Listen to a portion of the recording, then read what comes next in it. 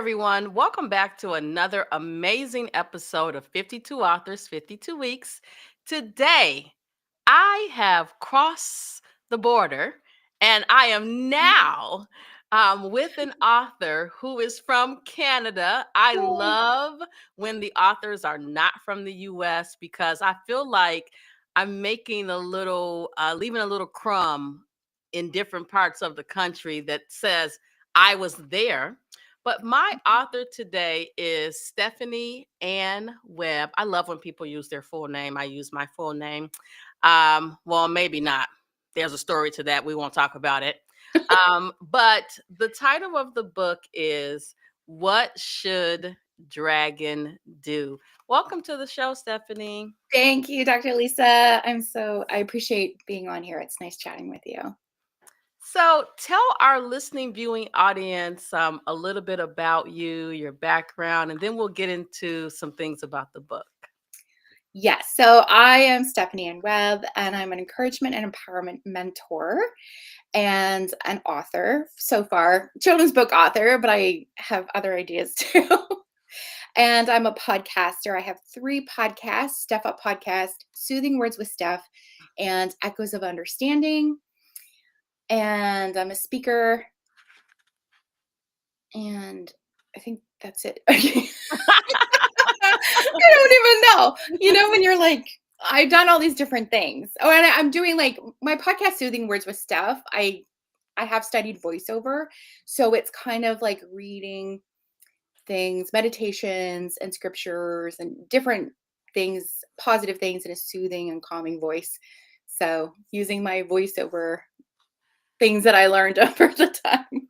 Interesting. I actually have thought about only because someone else said this to me.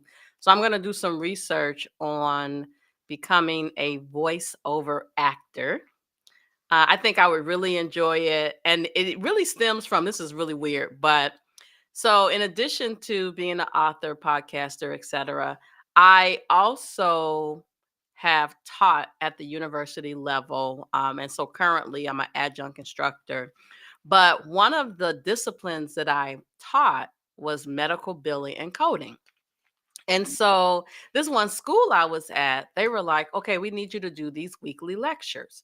Well, no one would show up at the lecture. So it literally would be me just going through the content by myself to the extent that I can do it now in my sleep. It's hilarious. That's how I got involved in it. So now you've just reignited that thought in my mind. So I definitely need to research. Nice. Yeah, there's so many different things that people can do. I did study it. I had a voiceover coach and I took some acting and improv lessons. I'm not really into the voices and acting. I realized that was not really something that I'm that great at. But the soothing type of things, and I can do children's books as well because I have an animated voice. So I did an audiobook myself of my own book. So it's Mm, fun playing around with it, and I have the microphone and everything, and doing podcasting, so, yes. yeah. So is this your first book? Yes. It's the only book I have out now, although I did finish one, and my friend is doing the illustrations right now. But, yeah, so that one actually, What Should Dragon Do, I self-published in 2021, right when we were all doing COVID, everyone was doing Yes, we were all doing COVID. podcasting and books, people started coming out doing those things, right? And I actually had so I lived in Toronto for 10 years. I went back to school, moved there, was working, different things. And I had some roommates. And we would just have these stories, things that would come up living with different people. And I would tell my friends, and they would think it's hilarious. And I was thinking, wait, it's not funny. I'm living this. And then after you're out of the situation, it's funny. But I thought that would make a good book. And then I thought, you know what? Actually would make a good children's book because there's really good lessons to learn about how to get along with other people, how to be kind, how we can compromise. And for children, like that's their family, their siblings, or Yes. So you friends, different things, right? So, how many siblings do you have? I have one sister. She's 2 years older than me. Mm. So I'm always interested in others like writing journeys, like why you started, where you started. So it's interesting that you turned your experience into a children's book. And one of my goals is there's this author, I can't think of his name, but he talks about having these big, hairy, audacious goals.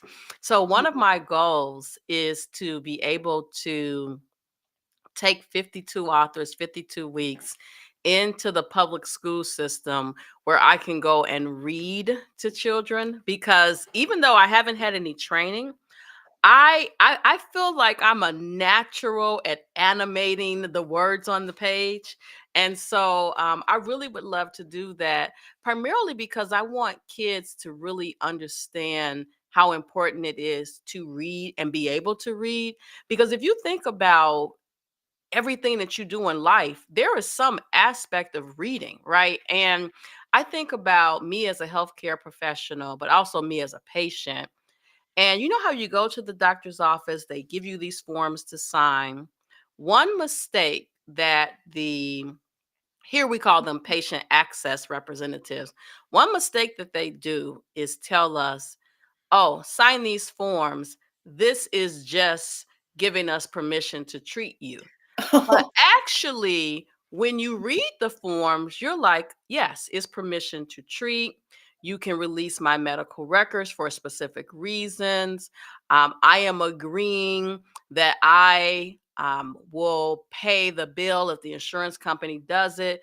I'm authorizing them to bill my insurance. I mean, there's so many things in the just sign here for treatment. So I am the person, I hate to say this, and I went to, where did I go? The eye doctor recently. They gave me a form. She said the same thing. And I sat there with the form and and I'm a fast reader, so that helps. So I was just reading it. Because what if it's something on the form I don't agree with? Like Right? what happens, right? So I think reading is very important, and I really want young people to develop a love for reading. And that's such a great point. And I used to work at a bank, and it's the same thing. Oh, we just need your signature. Meanwhile, it's like legal language. And I took paralegal. I got my diploma in paralegal studies. And we were told these are legal documents. You should know what you're signing. But we don't. We just sign it because we don't want to take too much time. So that's very important. And in my opinion, you just stand off to the side if you need more time to read it, but I think you owe it to yourself to read it. Yes. Yes. Absolutely. And you do have a wonderful animated voice. Like children would listen to you and especially children's books. It's very exciting when you can just like, oh, make kind of the animated characters.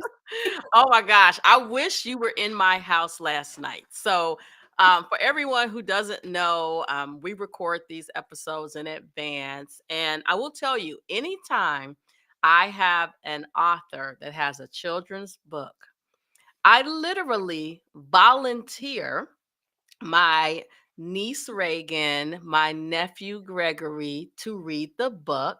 And then they have to stand up and tell us about the book, right? Nice. So Reagan is, I think she has ADHD. She might also be, has some autism. And so her voice is very loud, very animated. So she was reading the book to her brother.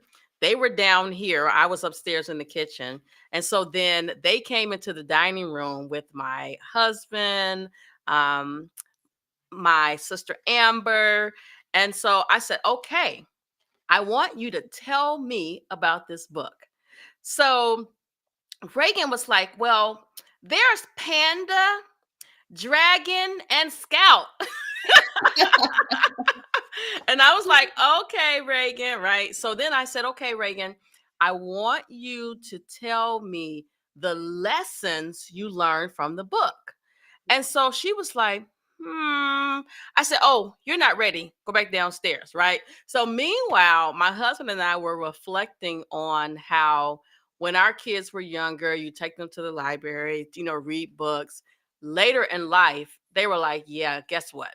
We did not read those books. We looked at the back of the book, and that's how we were able to, give you a quote unquote book report.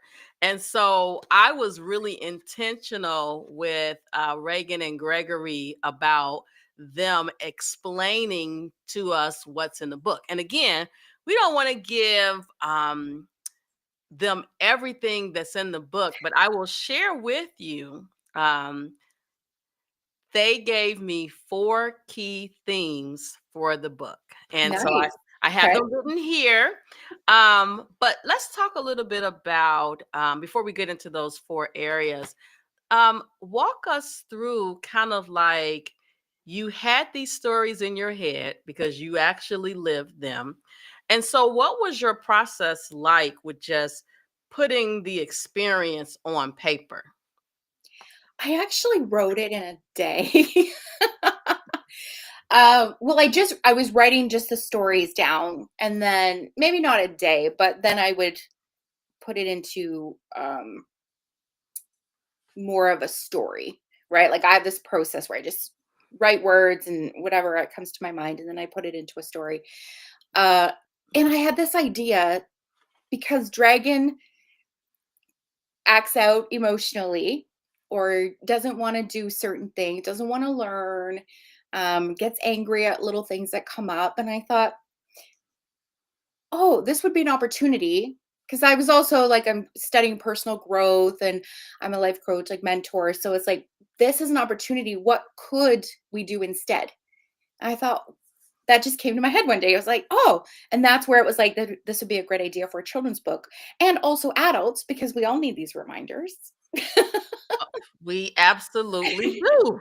So this, I mean, this is for 3 to 5 year olds just because of the pictures. It's a picture book. And yet, 8-year-olds read it. I had one of my other old roommates read it. Um, and she's like, and this is for adults too. And I thought that's true. So yeah, it was just I just wanted to just write it out one day. And I didn't even think to at first I didn't even think it would be a children's book. I was just kind of like putting stories together. But those are the 3 main ones that just came out, and I thought this would be a wonderful idea to teach. Yes. So you know what's interesting? So after they finished reading the book, I was over at the computer working, and they were right in the next area watching TV, and I could hear it, but I couldn't see it initially. And so I pulled back my little divider, and it was this animated cartoon. Mhm. So I heard the voices, but I was like, doesn't make sense that that the voices that I heard, which were adults, that they would be on this cartoon. And so I pulled the curtain back and we started watching it together. And what I love about Greg and Reagan is that they still have their innocence, and I think the kids today grow up so fast that they lose that innocent side of them. And to me, Mhm. that innocent side is what really allows you to have that foundation and then come into the adult version of yourself. So I really want um, little kids to have books to read where there's a message that can help them as an older adult. Yes, and I loved those when I was a kid. The fables, right? It was like, well, what's the lesson in here that we can learn? And that's why having animals as your characters, it's it can take you out of it instead of saying, well, this is what adults need to like, this is what humans do. It takes kind of that judgment out, maybe not judgment, but it takes you out of the story a little bit. And yet it's so relatable, and it's fun. And my inspiration, as a kid, the Berenstain Bears was my favorite. So I wanted something similar to that where they have animals and it's a story. And yeah. Well, I think you should write more of these because I remember as a kid watching this cartoon called The Jetsons. Do you remember that cartoon? I do, yes. So the funny thing is it came out in the 60s and then it was rebroadcast in the 70s and 80s. but the book talked about, not the book, the cartoon portrayed the future that we could never imagine, and we're experiencing it right now. Yes. So, Like and then Zoom. yes, yes. And so as a kid, I really enjoyed watching that. And so I think the books, maybe a little movie that you can do on YouTube would really help with taking our kids back from reality TV and all the negative things that they see today. Yes. I actually finished a book that's called Chippy's Adventures, Letting Go and Growing, about a chipmunk who gets swept into adventures and meets other animals and learns as he goes. Yeah. It's fun because I always connected with stories, and I always loved TV, and I always loved books, because in those stories are these beautiful lessons. Because it can be boring if you're just sitting there and this is what you need to do or not do. But if you have a story of how that relates to life, it it just brings it alive. It's a lot more fun. Yeah. So let me just tell you Reagan and Greg's analysis. Okay. And I thought it was so cool because honestly, I didn't read the book. They read it and they reported back to me. Nice. And That's a great so, way to I mean, do it. I looked through it, but actually, word for word, Reagan read it aloud, so I could kind of hear her, because she's very loud. But this is what they said.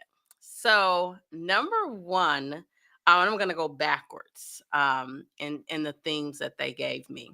So, number one, was it's okay to ask for help, Mhm. and I think as we get older, sometimes we are afraid to ask for help, but it's okay to be lost and to ask for help in life because we all need each other. So that was one thing. The second thing was it is so important to be a responsible person and clean up after yourself. And then the third one was respect. It's so important to be respectful of others. And so I asked them, I said, well, how so? They said, well, like, and this is derived from the story. Well, it's a Saturday. Mommy is resting. We shouldn't have the music and the TV up so loud because mommy needs to get some rest. Mhm. Now they're 11 and 13, but they really truly still have their innocence, and so I think that that's how they were able to get these things. And then the other point, which was from because I asked them, I said, "Well, how many stories are in the book?" They're like, "It's like four stories, right?" So then the other point that they made was about living with a roommate, and they were like, "Well." Mommy is our roommate, and my brother is my roommate, and my sister is my roommate. And so I thought that was just so sweet of how at 11 and 13, still very much innocent, the hormones are there, but they haven't kicked in yet. How they were able to pull that out of your piece of work. That's fabulous and so self-aware, you know, like thinking because sometimes people could think, well, these are adult bears and dragon. I don't have roommates, but yeah, like the people we live with, our family, are our first roommates. Well, I had a roommate when I was an adult, and that experience for me was not good. She was not a very, I'm going to say, respectful person because she didn't clean up after herself. And I would go in the bathroom and see her stuff on the floor, and that's not how I grew up, right? My mom was like, "You have to clean up after yourself." So I think that there's lots of little lessons in the book. And I think the exercise that I did with them really helps with critical thinking. And they need that to navigate school and life in general. Yes.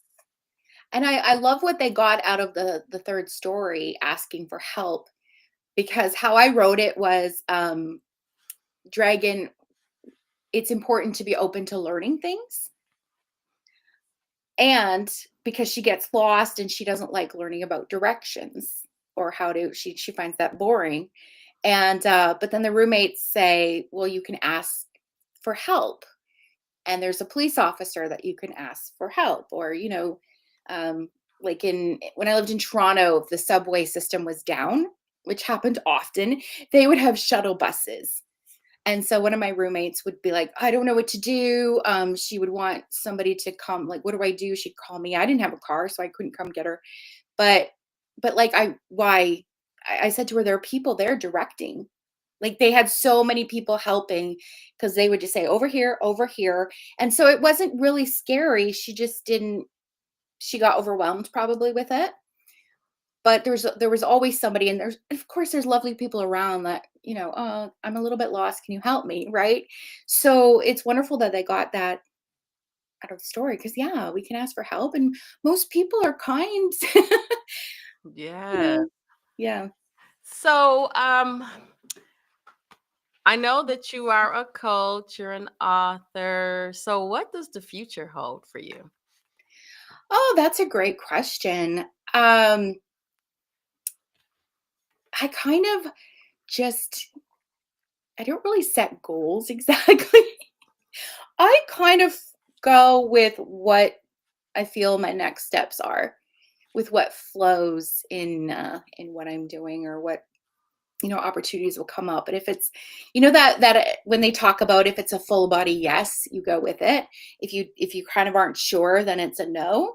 That's kind of how I live my life. But I did get offered, or I did get invited to speak at a women's leadership conference in Toronto in October. And it's called From Self Doubt to Self Worth: Elevating Your Voice in Leadership.